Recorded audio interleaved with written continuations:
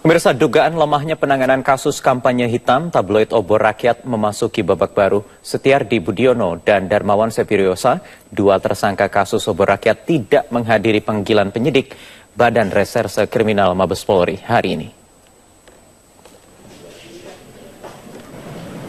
Berdasarkan jadwal hari ini merupakan pemeriksaan perdana Setiardi dan Darmawan sebagai tersangka kasus kampanye hitam Obor Rakyat terhadap Capres nomor urut 2 Joko Widodo. Kuasa hukum Setiardi dan Darmawan hingga Panjaitan menyampaikan keduanya tidak bisa memenuhi panggilan penyidik polisi karena kesibukan masing-masing.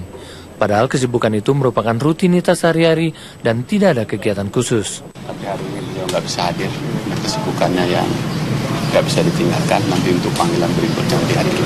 Untuk Darmawan sendiri? Darmawan juga nggak bisa hadir. Kesibukannya nanti akan hadir setelah panggilan berikutnya. Saya hadir hari ini untuk menyampaikan beliau berdua tidak bisa hadir. Pemeriksaan sebagai tersangka. Kepala Divisi Humas Mabes Polri, Irjen Polisi Roni Sompi, telah berdiskusi dengan Dewan Pers untuk menemukan duduk kasus perkara ini. Menurut Polri, Setiardi dan Darmawan masih mungkin dijerat dengan Undang-Undang Pidana Umum. Namun untuk itu, Polri perlu keterangan ahli. Penyidik untuk mengungkap dengan pidana umum, ya, sedang berjalan, sedang berproses.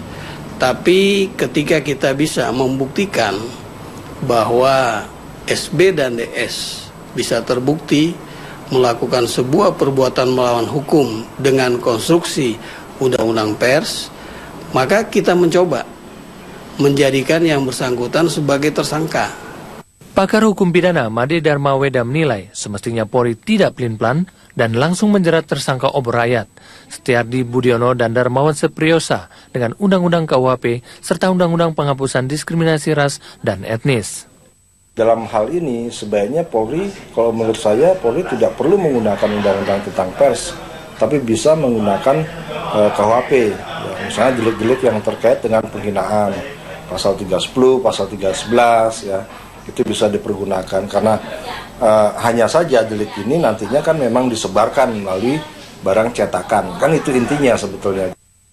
Sebelumnya, Setiardi Budiono dan Darmawan Sepiriosa telah ditetapkan sebagai tersangka pada 3 Juli lalu.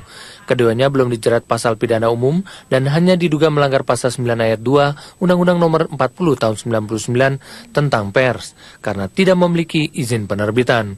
Kedua tersangka diancam tindak pidana denda 100 juta rupiah karena melanggar pasal 18 ayat 3 Undang-Undang Pers.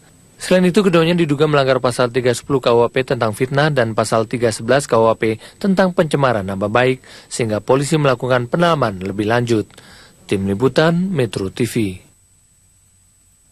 Pemirsa, keluarga mantan Presiden keempat Abdurrahman Wahid mengirimkan surat terbuka untuk meminta klarifikasi kepada calon Presiden Prabowo Subianto terkait isi wawancara dengan wartawan asal Amerika Serikat Ellen Nairn yang dinilai merendahkan sosok Presiden RI keempat itu. Surat terbuka bertanggal 5 Juli itu terpampang dalam situs resmi Wahid Institute. Salah satu poin isi surat tersebut adalah meminta klarifikasi kepada Prabowo Subianto terkait pernyataannya yang dinilai merendahkan kondisi fisik Gus Dur. Pernyataan itu keluar saat Prabowo diwawancara oleh wartawan asal Amerika Serikat Alan Nairn dan termuat dalam blog pribadinya. Adik kandung Gus Dur, Lili Wahid, mengatakan Prabowo harusnya melakukan klarifikasi atas kabar yang berkembang mengenai wawancara yang dilakukan pada tahun 2001 itu. Menurut saya, saran saya, ya Pak Prabowo memberi klarifikasi saja. Kalau memang tidak, ya katakan tidak. Kalau memang iya, ya minta maaflah kepada keluarganya. Nah, kalau nggak melakukan hal itu, kita ini sekarang bukan hanya cari presiden, kita ini lagi cari pemimpin gitu ya. Sementara anggota tim pemenangan Prabowo Hatta, Roma Hurmuzi, menilai tidak perlu untuk memberikan klarifikasi terkait tulisan Alan Nairn yang dipersoalkan oleh keluarga almarhum Gus Dur ini. Apa yang terjadi di masa lalu saya kira sudah merupakan bahagian dari sejarah. Dan sampai dengan Gus Dur wafat, setahu saya hubungan Prabowo dengan Gus Dur baik-baik saja dan tidak pernah ada persoalan khusus. Dalam surat terbuka, pihak keluarga Gus Dur juga mengatakan telah melakukan diskusi dengan Alan Nairn untuk mencari tahu tentang konteks pernyataan Prabowo dalam wawancara tersebut. Tim Liputan Metro TV.